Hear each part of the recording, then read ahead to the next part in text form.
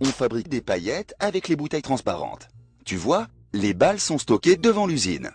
Après avoir coupé les fils de fer, un opérateur pousse les bouteilles sur le tapis qui les emmène vers un grand tube, le trommel. Elles sont secouées pour enlever les petits déchets et la vapeur d'eau chaude décolle les étiquettes. Regarde, c'est impressionnant. Les machines de tri automatiques reconnaissent chaque bouteille et éjectent toutes les erreurs. Ensuite, un aimant enlève les objets métalliques. Les bouteilles sont broyées en petits morceaux qu'on appelle des paillettes. Dans des grandes machines à laver, les paillettes sont frictionnées pour ôter la colle et toutes les saletés. Ici, les paillettes de bouteilles coulent et les paillettes de bouchons flottent. C'est ainsi qu'on recycle les bouchons à part. Tu vois, les paillettes de bouteilles sont essorées et séchées, prêtes pour le recyclage. Maintenant, allons en Irlande. Ici, les paillettes remplacent aussi des matières plastiques issues du pétrole.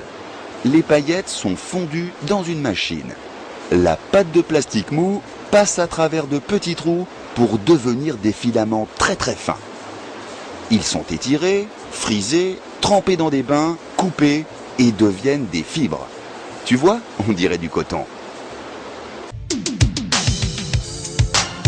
Allons dans cette usine du nord de la France. Les fibres textiles sont utilisées pour rembourrer les couettes, les sacs de couchage, les polochons.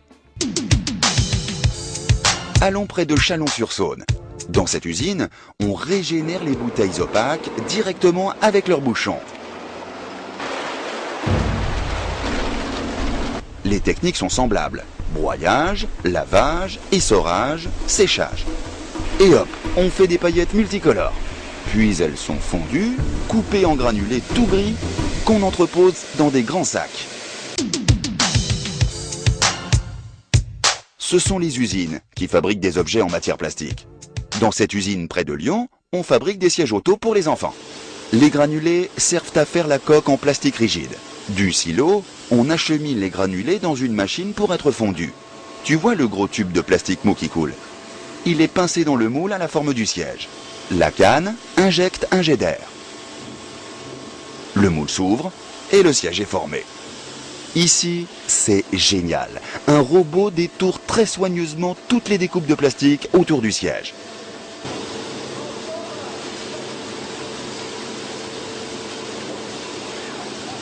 Et voilà, un siège en plastique prêt pour l'habillage.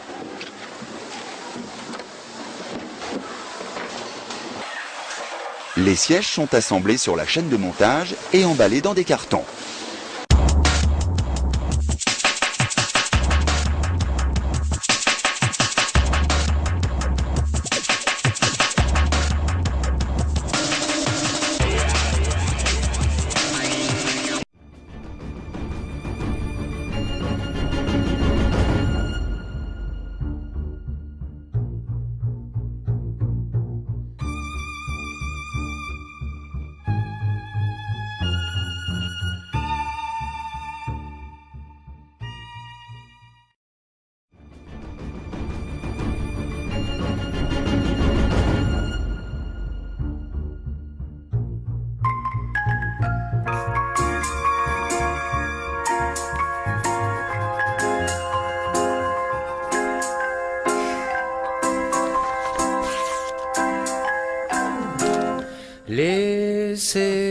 parler les petits papiers. À l'occasion, papier chiffon. Puisse-t-il un soir, papier buvard, vous consoler?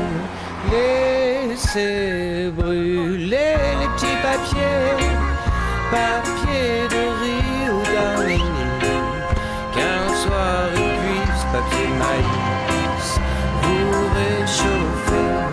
Un peu d'amour, Papier velours, et d'esthétique, papier musique, c'est du chagrin papier dessin. avant longtemps.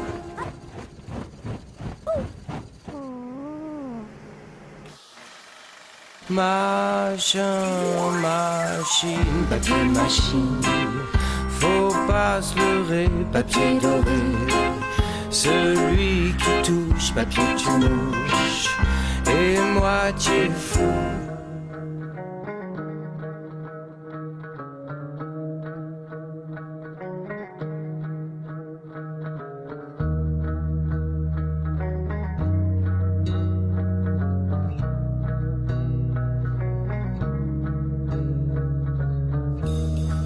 Pourquoi avoir voulu mettre le tri sélectif dans le collège?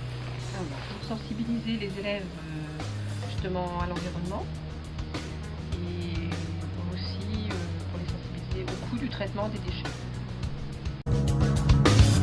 All the tension in the world today. All the little girls filling up the world today. With the good comes the bad comes. Madame la gestionnaire, combien de repas de cantine sont confectionnés chaque jour à la cantine? Alors, 360 repas pour le lundi, le mardi, le jeudi et le vendredi. Et le mercredi, on a à peu près une cinquantaine. Par votre action que vous menez vous directement avec vos professeurs, eh bien, on va essayer de toucher tous les élèves qui passent le midi à la cantine. Donc c'est par le travail de professeurs et par votre investissement à vous auprès de vos professeurs que les élèves demi-pensionnaires vont avoir envie, j'espère, de trier leurs déchets. De quelle manière allez-vous encourager les élèves à trier leurs déchets? Alors déjà en les sensibilisant, en nous, adultes, il faut qu'on montre l'exemple, ça c'est quelque chose d'important. Après, sensibiliser les élèves, peut-être faire des affiches par le biais d'affiches. Et ce qui est important aussi, je crois que vous, les élèves de 4e qui avez fait un travail remarquable là-dessus, il faut prêcher la bonne parole aux autres, il faut expliquer. Quand on ne comprend pas, on ne fait pas les choses. Donc il faut vraiment que vous expliquiez l'importance du tri. Et je pense qu'après, ça se fera naturellement.